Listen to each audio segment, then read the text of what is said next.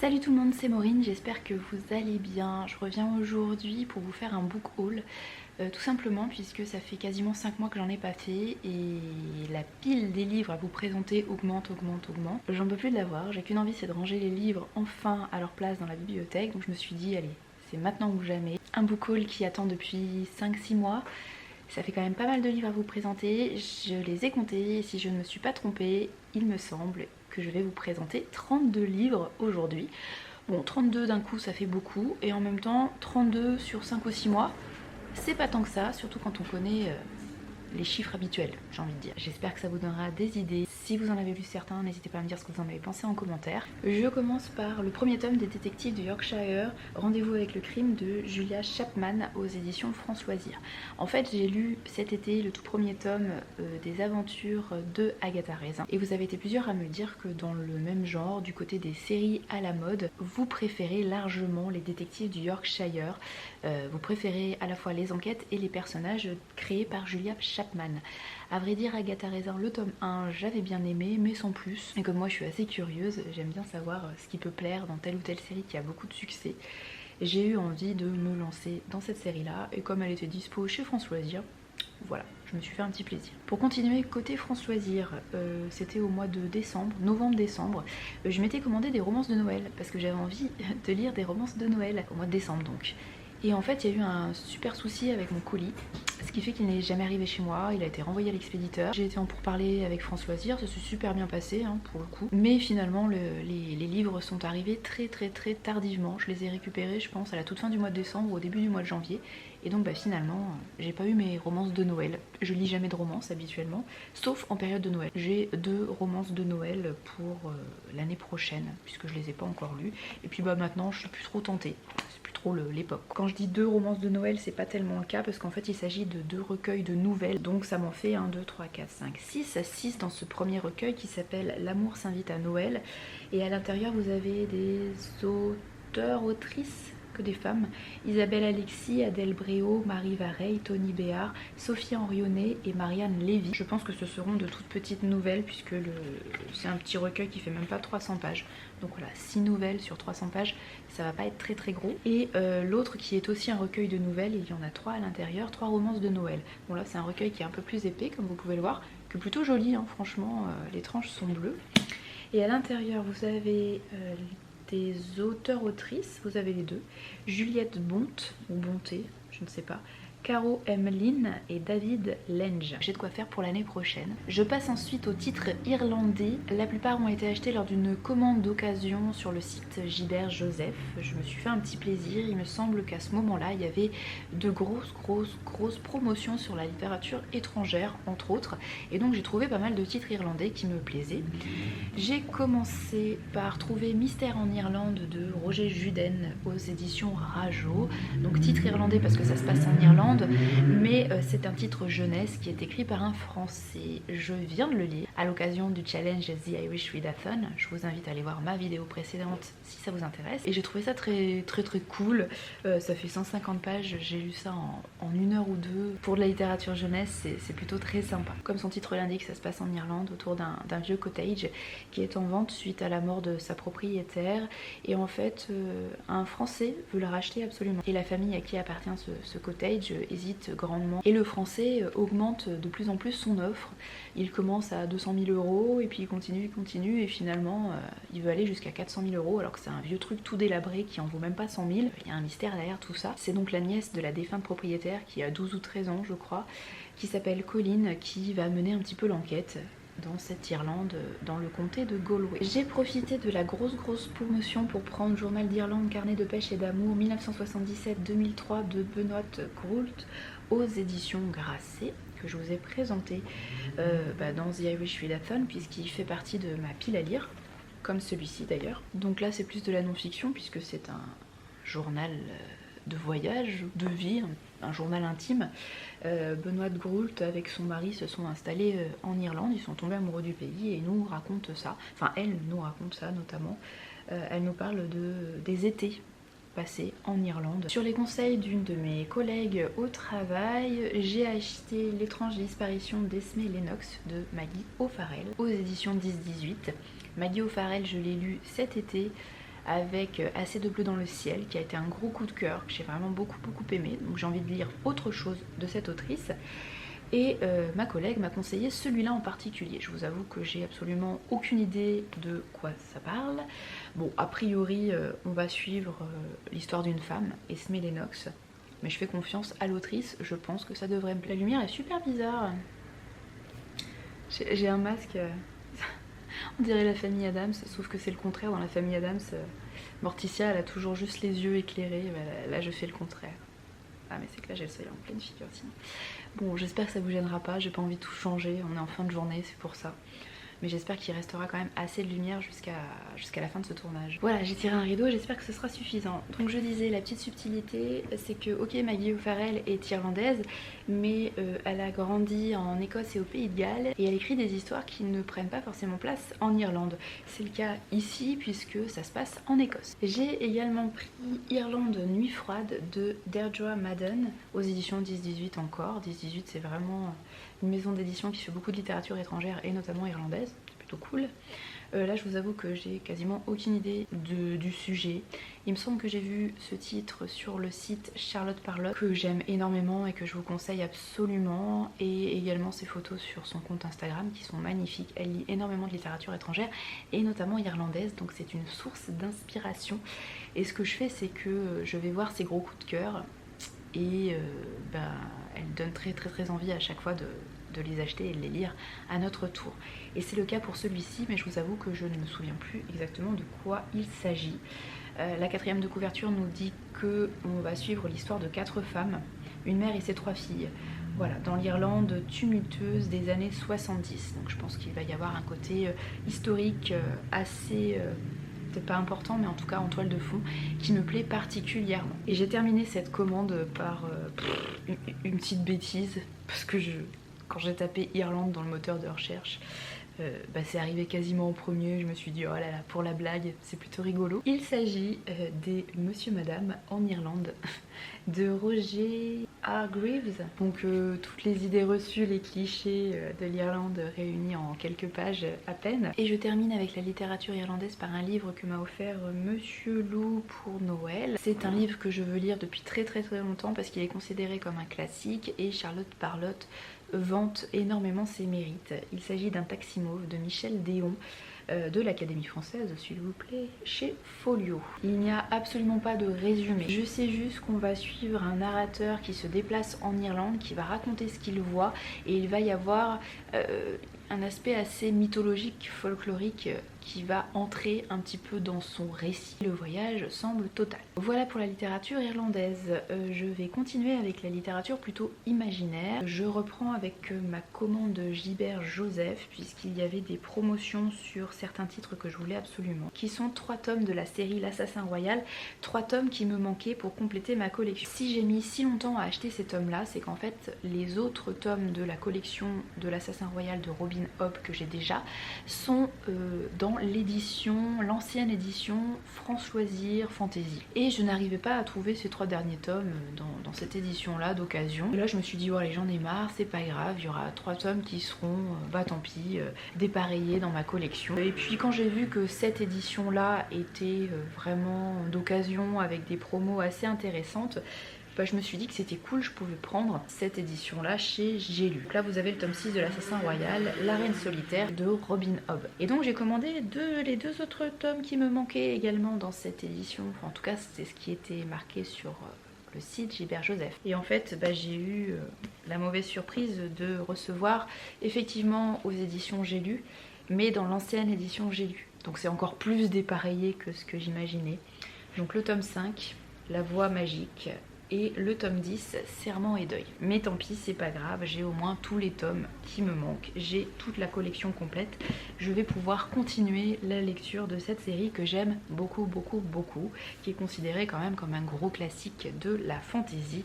Si vous ne l'avez pas encore lu, je vous conseille de commencer cette série, mais peut-être en achetant les intégrales qui sont aussi chez J'ai Lu, je crois, qui rassemblent 3 ou 4 tomes à chaque fois, et je pense que ça correspond beaucoup plus au découpage original et que c'est bien plus intelligent puisque pour votre lecture, vous ne serez pas coupé en plein milieu de l'action. Je continue avec la littérature imaginaire par le livre que j'ai reçu puisque j'ai participé au financement du PLIB il y a un petit moment déjà, en septembre je crois, enfin en début de l'automne. Et donc j'avais demandé à recevoir L'Arche de Darwin de James Morrow aux éditions J'ai lu. Pourquoi ce titre-là? C'est quasiment un des seuls qui me tentait dans la sélection, dans les contreparties qui étaient proposées, ou alors il y avait peut-être d'autres contreparties qui m'intéressaient, mais tout était déjà parti en fait quand je suis arrivée sur le financement. Donc je me suis rabattue sur celui-ci qui m'avait tapé dans l'œil lors d'une édition des Imaginales, je ne sais plus quand, 2016 ou 2017 peut-être, puisque James Morrow faisait partie des invités, que j'avais assisté à une des conférences pendant laquelle il était pas interviewé, mais à laquelle il participait, et il avait parlé de ce titre-là et ça m'avait pas mal intéressée.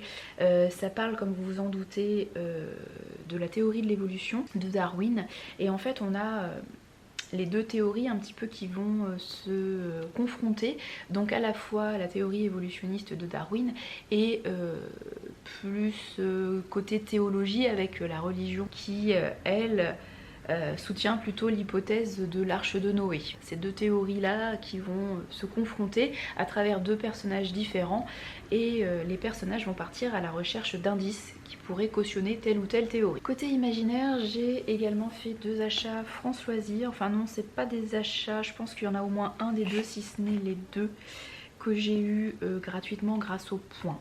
Parce que j'avais pas mal de points en fait cette année, je sais pas comment je me suis débrouillée, mais à chaque fois je pense que j'ai dû acheter au moment où il y avait les points qui étaient doublés, où il y avait vraiment des réductions, donc j'ai acheté un peu plus de livres cette année que les autres années, et finalement je suis arrivée très facilement à plusieurs centaines de points sur mon compte, et donc j'ai pu faire je pense 2 achats gratuits, donc pas 2 achats, j'ai pu choisir 2 livres dans le catalogue qui me plaisaient.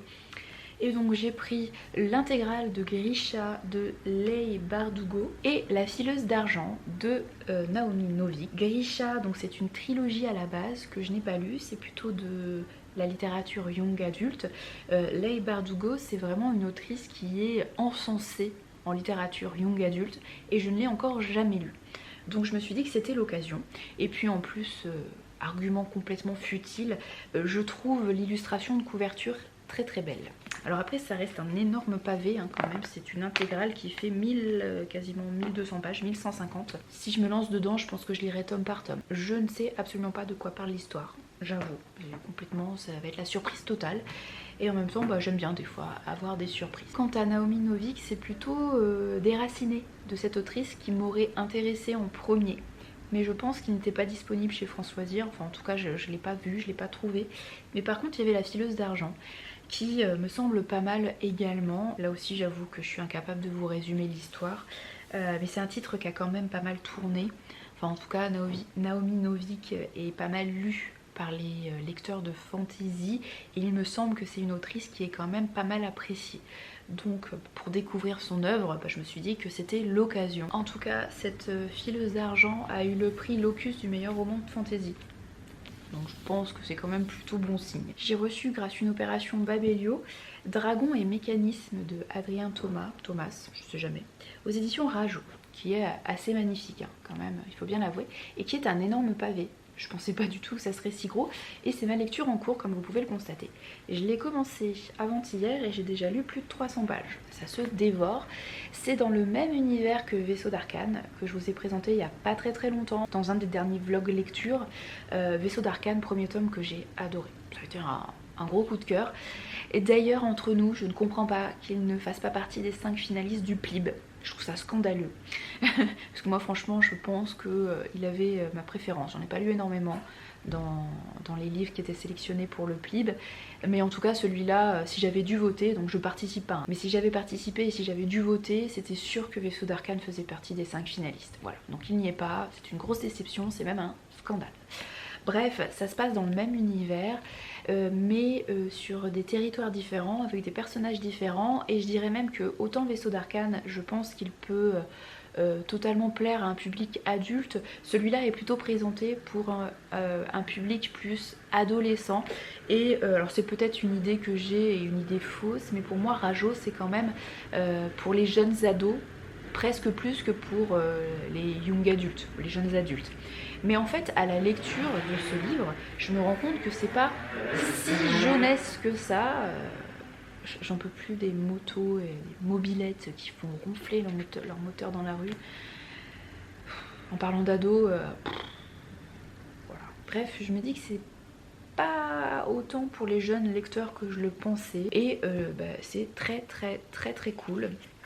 J'aime vraiment beaucoup les deux héros mis en avant par Adrian Thomas. Et je dirais que la différence principale entre ce titre-là et Vaisseau d'Arcane, c'est dans la narration. Autant dans Vaisseau d'Arcane, il y avait une multitude de personnages qui prenaient la parole, qu'on pouvait suivre. C'était vraiment un roman choral avec pas mal de personnages qui évoluaient dans des endroits très différents de la carte, et donc ça pouvait être un petit peu difficile de s'y retrouver.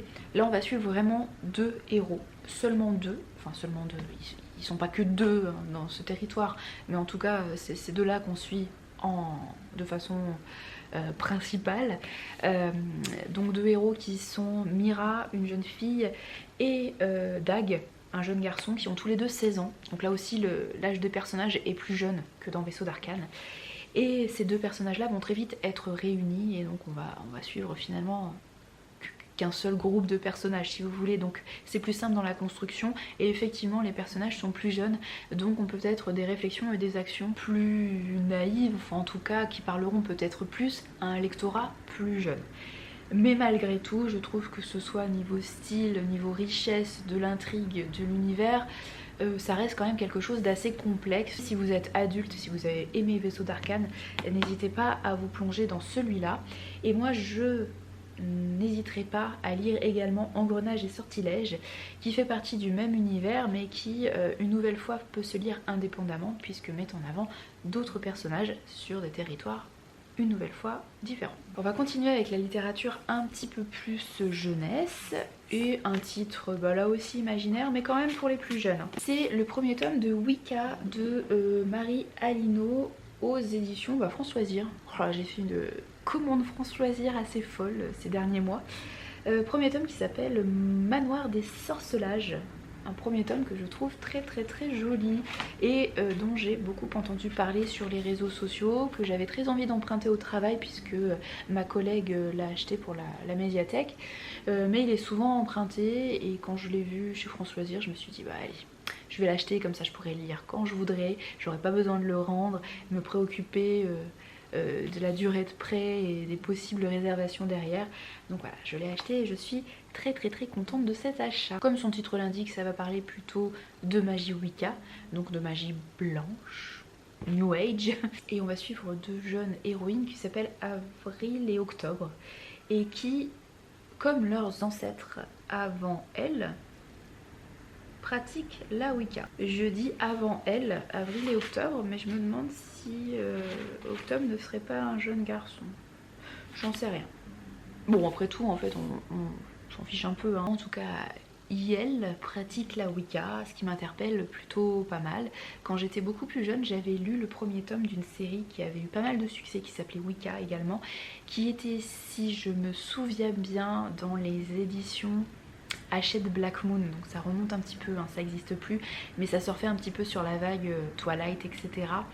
Et c'est un premier tome qui m'avait pas du tout convaincue, j'avais pas du tout aimé cette vision de la Wicca et ces personnages, ça m'avait pas plu du tout. D'ailleurs je pense que j'avais revendu ou donné ce premier tome, et j'avais jamais lu la suite. Là, voir que c'est un sujet qui est à nouveau mis en avant pour un public peut-être un peu plus jeune que l'ancienne série, qui était vraiment plus pour ados, young adultes, voilà, je suis curieuse de voir ce que ça peut donner.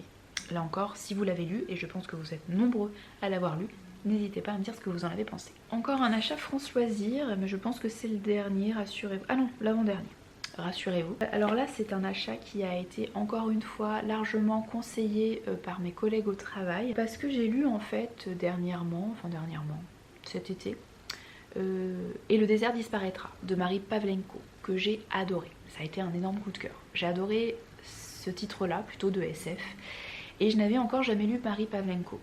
Et là mes collègues m'ont dit « Ah mais Marie Pavlenko c'est super, il faut que tu lises ses titres précédents, et notamment Je suis ton soleil, qui est édité dans la collection poche de France Loisirs. Alors là, pas du tout d'imaginaire là-dedans, pas du tout de SF, pas du tout de fantasy, c'est vraiment un roman contemporain qui parle de la vie des adolescents, je pense, et notamment d'une adolescente qui s'appelle Déborah. Voilà, vraiment j'en sais pas bien plus.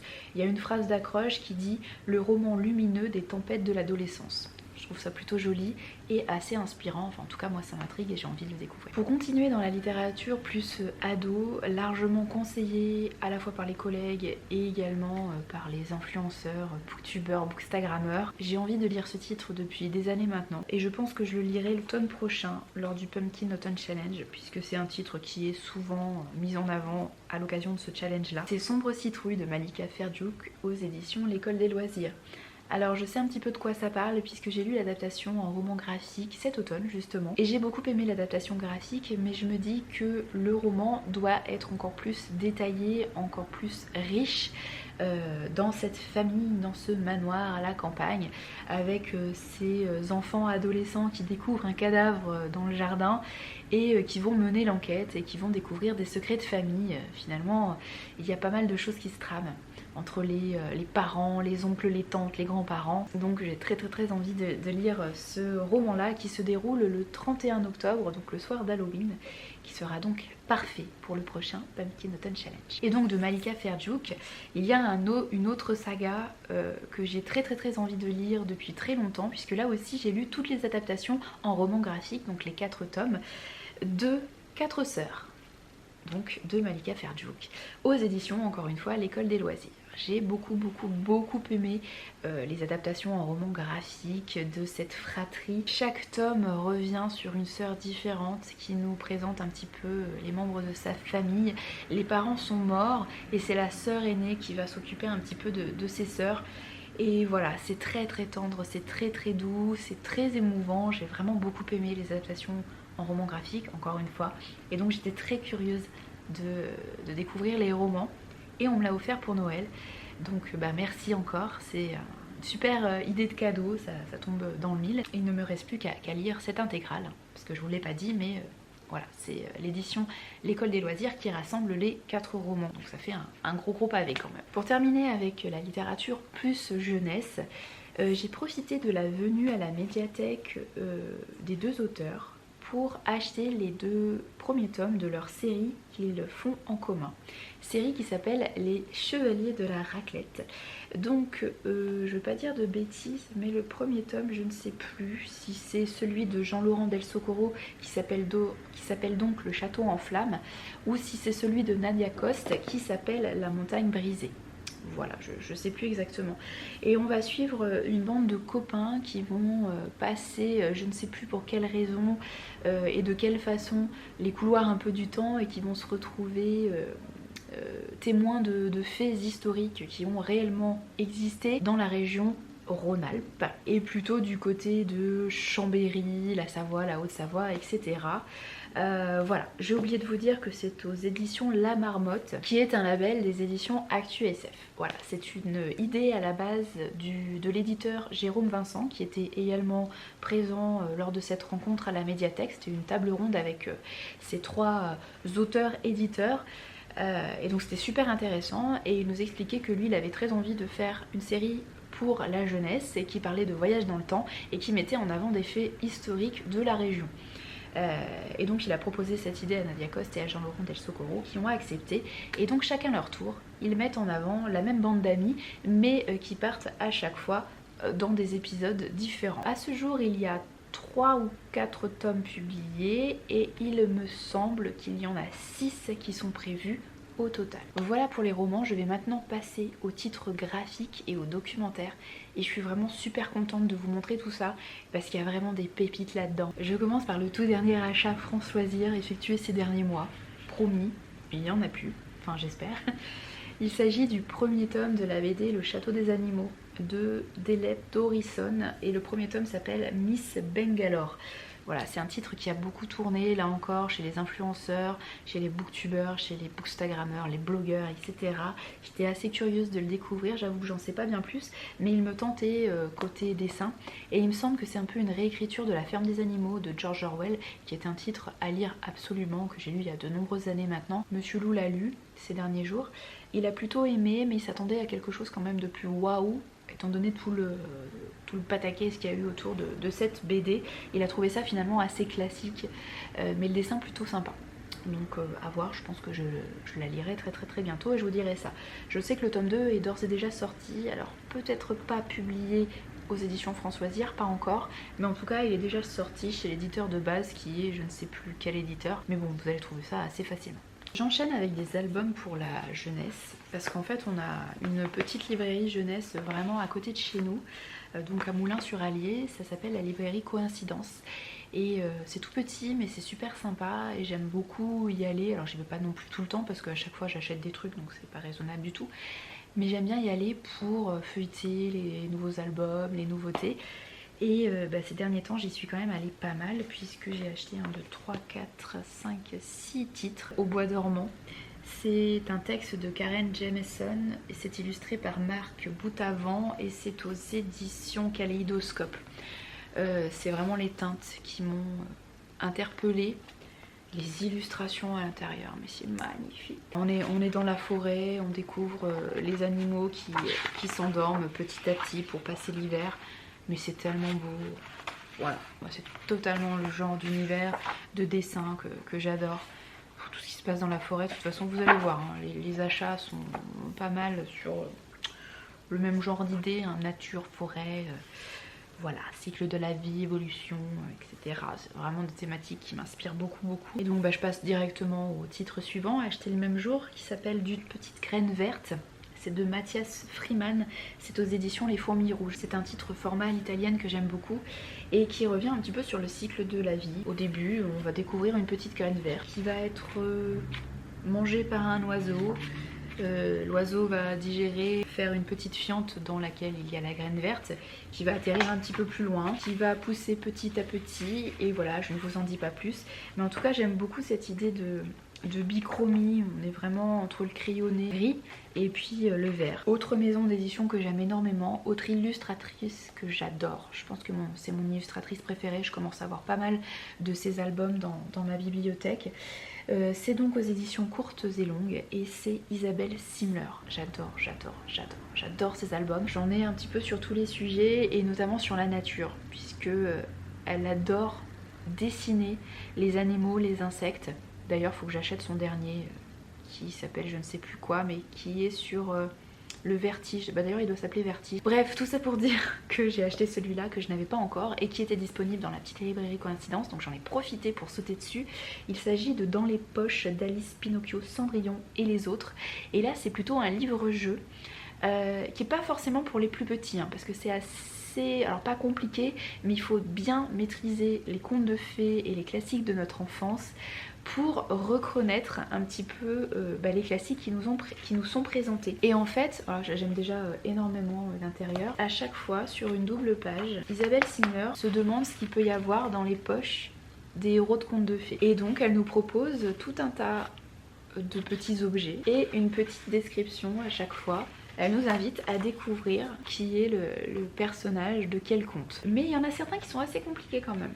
Je pense qu'il faut vraiment connaître les contes de fées pour tous les reconnaître. Et je pense que c'est un livre qui peut parfaitement être feuilleté à plusieurs, un parent avec son enfant. Et c'est drôle de réfléchir et de se dire tiens, qui peut avoir ces objets-là dans sa poche. Pour continuer dans les achats dans cette petite librairie Coïncidence, alors des achats tout chaud puisqu'on vient de revenir de la librairie et j'ai acheté 3 livres. Un album, encore une fois, sur la même thématique de la forêt, de la nature.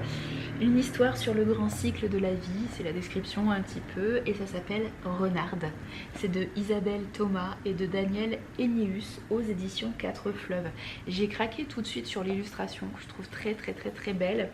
Et ensuite je l'ai feuilleté et j'ai vu la thématique et je me suis dit ouais c'est bon, je l'achète tout de suite. Il est super beau. Vous avez une petite vue sur le gros Soka derrière. Alors pas vraiment un album, mais c'est une illustratrice que j'aime beaucoup, qui publie des livres dans une maison d'édition que j'aime énormément aussi. Donc l'illustratrice c'est Émilie Vast, la maison d'édition c'est les éditions Mémo, que j'aime beaucoup, je peux que vous conseiller. Et donc là elle propose pas vraiment un album, elle propose plus un documentaire entre guillemets qui s'appelle L'herbier d'Émilie Vast, arbre feuillu d'Europe. Et en fait ça fait plusieurs fois qu'on se promène avec Monsieur Loup et que je me dis je suis complètement nulle pour reconnaître les arbres. J'avais appris ça avec mon grand-père quand on allait en forêt quand j'étais gamine, j'adorais ça. J'adorais, il m'expliquait que ça c'était le chêne à feuilles pédonculées, voilà. Mais maintenant je ne me souviens quasiment plus de rien et ça m'énerve, j'ai envie de reconnaître les arbres. J'aime beaucoup ce que fait Émilie Vast, je trouve ça très beau, c'est très doux, c'est très simple. Et donc là elle nous présente la plupart des arbres feuillus d'Europe, à chaque fois avec une petite description presque mythologique. Le chêne par exemple, elle nous dit que c'est l'arbre de Zeus, de Jupiter ou de Thor, et pour les Celtes, le rare gui poussant sur un chêne avait des vertus magiques. À chaque fois on a une petite illustration, donc qui est pas réaliste hein, parce que à la fois, on a tout à la fois en fait sur l'illustration. On a la feuille, on a le bourgeon, on a le fruit, on a la fleur, donc tout ça ne pousse pas en même temps sur l'arbre, hein. Mais bon c'est pour montrer un petit peu les différentes étapes de la floraison de l'arbre. Enfin j'espère pouvoir reconnaître les arbres quand on ira se promener. Dernier achat fait aujourd'hui à la librairie Coïncidence, un titre que je voulais absolument depuis plusieurs mois maintenant. Vous l'avez sans doute vu beaucoup passer sur les chaînes Booktube et sur les réseaux sociaux, puisque c'est un titre qui a été écrit et publié par deux frères qui sont à la base blogueurs et booktubeurs, qui sont Tom et Nathan Lévesque, et ils ont écrit un guide pour la littérature ado qui s'appelle Enquête d'un grand peut-être. Il a l'air hyper bien fait avec plein de portraits d'auteurs, plein d'idées de lecture, des petites nouvelles très courtes intégrées là-dedans pour nous donner envie de découvrir la plume de certains auteurs, certaines autrices. La charte graphique est super sympa, enfin visuellement c'est très bien fichu. Bref, très curieuse de le lire, ou enfin en tout cas de piocher dedans régulièrement. Voilà, encore une fois si vous l'avez lu n'hésitez pas à me le dire. Un autre livre que j'attendais impatiemment, en fait j'ai participé au financement participatif sur Ulule il y a, j'allais dire quelques mois, mais il y a plusieurs années maintenant. Il a mis vraiment énormément de temps à sortir. C'est un livre magnifique qui s'appelle Celte. Je vous montre le petit marque-page qui va bien avec, qui se présente ainsi. Alors moi j'ai l'édition forcément du financement participatif. Je pense que si vous l'achetez en librairie vous n'aurez pas forcément la jaquette, mais je vais l'enlever pour vous montrer à quoi il ressemble sans la jaquette. Voilà, Celte. Panorama de l'imaginaire celtique. C'est aux moutons électriques comme d'habitude. C'est un livre qui a été dirigé par Sarah Doc, si je dis pas de bêtises, et à l'intérieur il y a énormément d'articles différents. C'est un panorama très large qui aborde de nombreuses thématiques différentes. J'ai très hâte de m'y plonger un peu plus en détail. Voilà, là encore je piocherai peut-être de ci de là quelques petites choses, mais je pense que je vais me régaler. Je termine avec deux titres totalement différents. Ah ben non, en fait c'est encore un achat France Loisirs. Les 12 sagesses des animaux de Yolène de la Bigne. Inspirons-nous des animaux pour vivre mieux. C'est le genre de titre que j'aime beaucoup, avec un petit côté développement personnel voilà, c'est pas forcément le truc que je préfère, mais ça m'inspire plutôt pas mal pour le coup. Et enfin, le tout dernier titre de cet énorme book haul. C'est un livre que j'ai reçu pour une opération masse critique de Babelio qui m'inspirait énormément, et quand vous allez voir le titre, vous allez comprendre pourquoi. Ça s'appelle Les plus beaux endroits pour marcher. Et c'est de Nicolas Gardon et de Sylvain Bazin aux éditions Gronde. C'est un très beau livre qui met en avant de très belles photos et qui nous propose 90 je crois chemins de randonnée. C'est plus des inspirations pour aller marcher, mais si vous voulez un chemin détaillé avec l'itinéraire, c'est pas dans ce livre là que vous allez trouver. Là vous allez trouver à chaque fois une photo très belle qui accroche, qui attire l'œil, et ensuite un tout petit avis sur la randonnée qui est liée à cette photo là. Vous avez quelques indications sur la durée de la randonnée, par exemple sur la difficulté, sur le dénivelé, sur la période idéale. Voilà, mais et un petit paragraphe sur l'histoire un petit peu de ce chemin de randonnée. Mais voilà, c'est vraiment très succinct. Et donc si vraiment vous êtes inspiré par un endroit en particulier, il va falloir que vous vous renseigniez avec d'autres itinéraires, d'autres titres vraiment, des cartes IGN, des titres, des guides de randonnée vraiment très précis. Parce que là c'est juste, si vous voulez, une inspiration. C'est la photo qui accroche l'œil et ensuite c'est à vous d'aller voir un petit peu plus loin pour trouver plus de renseignements et bien préparer votre randonnée. Je vais vous laisser là, je vous souhaite de très très belles futures lectures, je vous dis à bientôt pour je ne sais quelle vidéo. Je sais pas du tout s'il y en aura d'autres, comme je vous le disais en conclusion de la vidéo The Irish Readathon, donc la dernière vidéo qui a été publiée. Je suis un peu en remise en question là de la chaîne YouTube, j'ai pas forcément souvent envie de tourner des vidéos, je vais pas revenir là-dessus parce que je me suis déjà très longuement expliqué la dernière fois. En tout cas là, ce book haul, j'avais envie de le faire et encore une fois j'avais envie de pouvoir ranger un petit peu tout ça. Voilà, j'espère que ce sera une vidéo qui vous plaira, qui vous inspirera. Je vous souhaite de très belles lectures, prenez soin de vous. Salut et merci.